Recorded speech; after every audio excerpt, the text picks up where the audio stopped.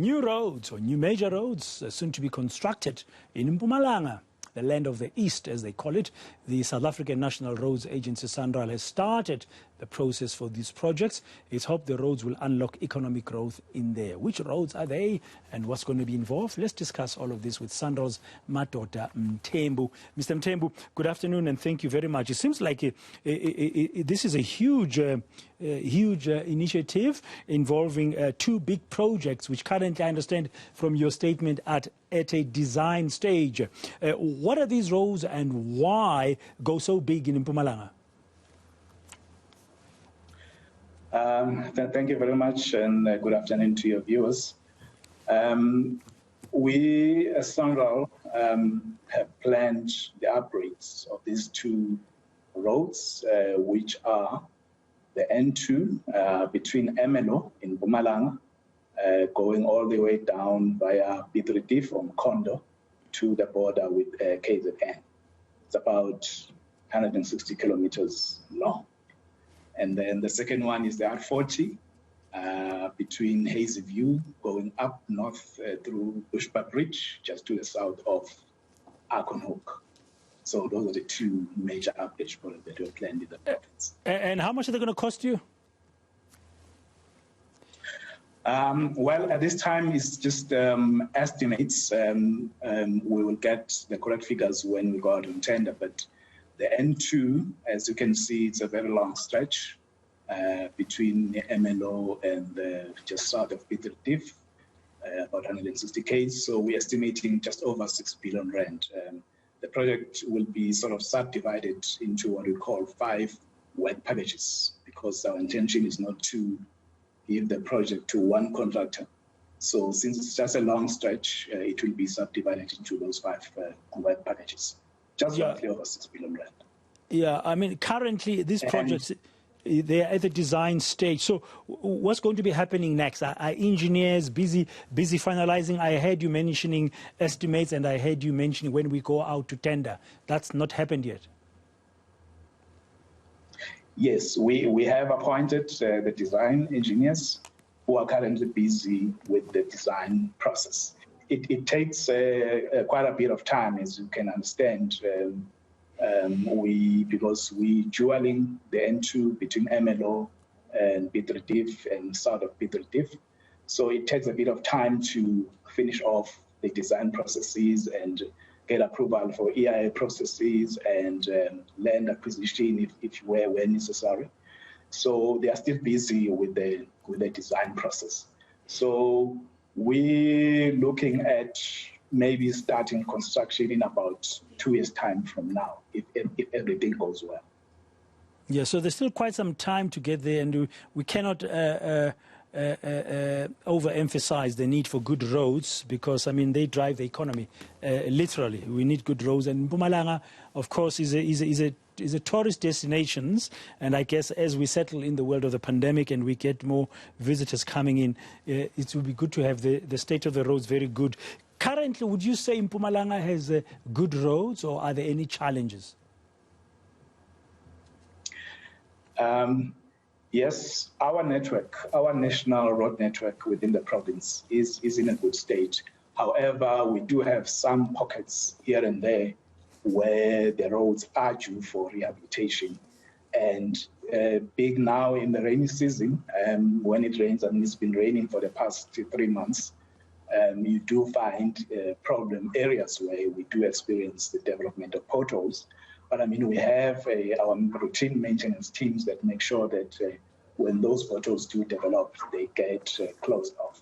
But of course, I mean, we've had very, very heavy storms in the province.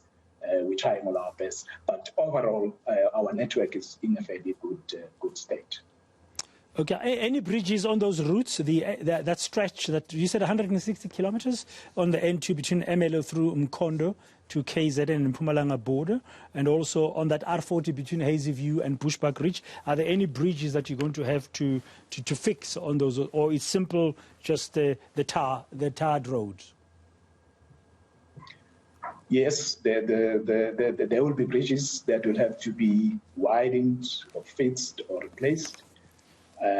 So the design process will involve all that. Yes, there will be bridges on the two. Okay, yeah, I saw the statement, the media release that you've issued, and you talk in one aspect about ensuring local involvement in terms of job creation, the local SMMEs being given an opportunity to participate in these projects. I mean, that's what we are saying today. Down the line, to make sure that nothing changes, how should we know that you've actually done that the local economies has benefited? Yes. Sanral has developed what we call a strategy, a Horizon 2030 strategy that was developed back in 2017. In this strategy, we've got a couple of pillars. One of them is stakeholder engagement. So through this stakeholder engagement, that's where we ensure that wherever we've got a project, where the project traverses, the local business people there benefit from the proceeds of that project. So what we have done is to make sure that each project has got a project liaison committee, what we call the PFC, that oversees the participation of the local business in our projects. So each Sanral project, it doesn't matter what type of project it is, it's got this project liaison committee that ensures that the local community benefits from the project. So it will be the same thing for these two upgrade projects. We will set up these committees that will ensure that the local people do benefit. Okay, and that will be in line with the government's legislation? Yes, of course. As you remember, the PPPFA regulations that were introduced back in 2017 came with this 30% subcontracting. So the formation of these committees ensure that this 30% subcontracting does happen on each and every project that we let out. Okay, finally, are there any challenges you're facing, any difficulties, problems, or opposition or resistance from some of those local stakeholders? How far are you with those consultations? Because you said you want to begin building in 2 years. Whilst you are busy with the design and finalizing everything else, the stakeholder management has to be as good as it gets. So you don't have strikes and protests when you start working in 2 years' time. Yes, we do encounter some challenges on some occasions, but we found out that when you engage and find out what are the causes of frustration, it makes the process a bit easier to understand and respond in accordance with the grievances that may arise. But of course, in some cases, you find that it's just pure criminality where people just want to come in and hijack the project, of which that we don't entertain, and we are reliant on the security forces to assist us when there's just pure criminality. But through our stakeholder engagement process, that's exactly why we set it up to reach out to the communities and find out what are the challenges and the problems that they have in terms of accessing our procurement space.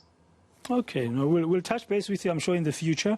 It's a huge, I mean, these two big road infrastructure upgrades, let's call them that, projects there in Mpumalanga, I mean, together estimated at 9 billion rand, and that's a big kind of work that's going to be done on a section of the N2 in Mpumalanga between Emelo down to Mkondo to KwaZulu-Natal and the Mpumalanga border, and of course that very touristic area of Hazy View up to Bushbuck Ridge. Total 9 billion rand. It's going to be very interesting how that will go, and they've begun the process. It's not started yet, the construction.